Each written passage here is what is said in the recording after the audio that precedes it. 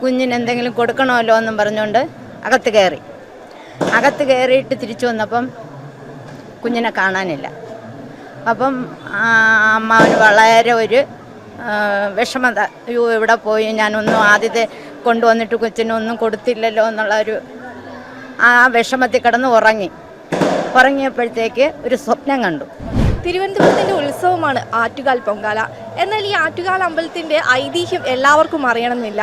അതുകൊണ്ട് തന്നെ നമുക്ക് ഈ ഐതിഹ്യം പറഞ്ഞാൽ നമ്മുടെ കൂടെ ഉള്ളത് ഗിരിജാമ്മയാണ്. നമുക്ക് കൂടുതൽ വിശേഷങ്ങൾ ചോദിക്കാം. എന്താണ് അമ്മേ ഇതിൻ്റെ ഐതിഹ്യം? ആറ്റുകാൽ അമ്മയുടെ മുല്ല വീട്ടിൽ ഒരു തമ്പുരാനുണ്ടായിരുന്നു. അദ്ദേഹം വളരെ ഒരു ദേവീഭക്തനായിരുന്നു. അങ്ങനെ അദ്ദേഹം അമ്പലത്തിൽ പൂജയൊക്കെ കഴിഞ്ഞ് ഒരു ആറുണ്ട്, നെയ്യാറ്, അതിൻ്റെ അവിടെ അങ്ങ് നിൽക്കുമ്പോൾ ഒരു സുന്ദരിയായ ഒരു പെൺകുട്ടി ഇങ്ങനെ കുളത്തിൻ്റെ ആറ്റിൻ്റെ കരയിൽ നിന്നിട്ട് ചോദിച്ചു, എന്നെ ഒന്ന് അക്കരെ കടത്തി വിടാമോ എന്ന് ചോദിച്ചു.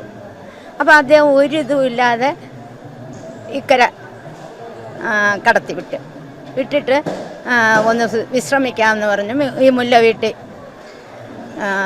മടത്തി കൊണ്ടുവന്ന് ഇരുത്തി കുഞ്ഞിന് എന്തെങ്കിലും കൊടുക്കണമല്ലോ എന്നും പറഞ്ഞുകൊണ്ട് അകത്ത് കയറിയിട്ട് തിരിച്ചു വന്നപ്പം കുഞ്ഞിനെ കാണാനില്ല.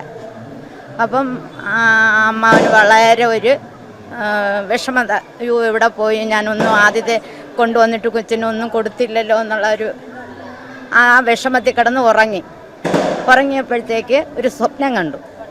അതിൽ പറഞ്ഞു, എന്നെ ഇന്ന സ്ഥലത്ത് അവിടെ ഒരു 3 വര കാണും, അവിടെ വന്ന് എനിക്കൊരു അമ്പലം പണിത് എന്നെ അവിടെ കുടിയിരുത്തണം എന്ന് പറഞ്ഞപ്പം ഈ തമ്പുരാൻ പെട്ടെന്ന് നെട്ടി ഉണർന്ന് നോക്കിയപ്പോഴത്തേക്ക് ആ സ്ഥലത്ത് ചെന്ന് നോക്കി. അപ്പോൾ അതുപോലെ 3 വരയും ഉണ്ട്. പിന്നെ ആൾക്കാരുടെയൊക്കെ പറഞ്ഞ് ഈ ഒരു അമ്പലം പണിയിച്ചു എന്നതാണ് എൻ്റെ അറിവിലുള്ള അറിവ്. ഈ നാരങ്ങ വിളക്കിൻ്റെ കഥ എന്താണെന്നറിയോ? നാരങ്ങ വിളക്കെന്ന് ശനിദോഷം ഉള്ളവർക്ക് ചൊവ്വാഴ്ച തോറും ദേവിക്ക് നാരങ്ങ വിളക്ക് കത്തിക്കുക എന്നുള്ളത് ആ ശനിദോഷം മാറും എന്നുള്ള ഐതിഹ്യത്തിൽ ആണ്. അവർക്കതെല്ലാം ഫലപ്രദമാകുന്നുണ്ട്.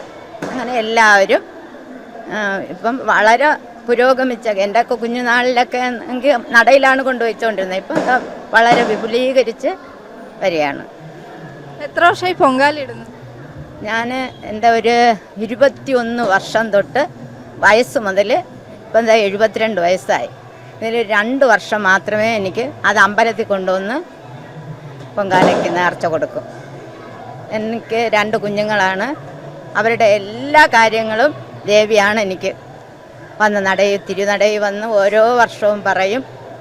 അതെല്ലാം മൂത്തയാൾ ഫൈനാൻസ് ഓഫീസറായിട്ടിരിക്കുകയാണ്, രണ്ടാമത്തെ ആൾ SD കോളേജിലെ പ്രൊഫസറാണ്. അങ്ങനെ 2 പേരെ അമ്മ തന്നെയാണ് എനിക്ക് നല്ലതാക്കി തന്നത്. ഇപ്പോൾ ഈ ആദ്യമായി പൊങ്കാല ഇടുന്നവർക്ക് അതിൻ്റെ ഒരു ക്രമീകരണവും അതെങ്ങനെയാണ് നോക്കേണ്ടതെന്നൊന്നും അറിയണം, എന്തൊക്കെ ശ്രദ്ധിക്കണം എന്ന് അറിയണമെന്നുണ്ടാവില്ല. അപ്പോൾ ആദ്യമായി പൊങ്കാല ഇടുന്നവരോട് എന്താണ്? ആദ്യമായിട്ട് പൊങ്കാലയുടെ തലേ ദിവസമെങ്കിലും നമ്മൾ ഒരിക്കലിരിക്കണം. ഒരിക്കലെന്ന് പറയുന്നത് അസുഖമൊക്കെ ഉള്ള ആൾക്കാർക്കാണെങ്കിൽ ഒരു നേരം കഴിക്കാം. പിന്നെ അല്ലാത്തവരാണെങ്കിൽ തലേ ദിവസം പഴവർഗ്ഗങ്ങളോ എന്തെങ്കിലും കഴിച്ച് വന്ന് പിറ്റേ ദിവസം പൊങ്കാല തിളച്ചതിന് ശേഷമാണ് ഞാനൊക്കെ പൊങ്കാലയൊക്കെ വാങ്ങി വെച്ചിട്ട് വെള്ളം പോലും കുടിക്കുകയുള്ളായിരുന്നു. അതൊക്കെ ഓരോരുത്തരുടെ ദേവി എല്ലാം സഹിക്കും.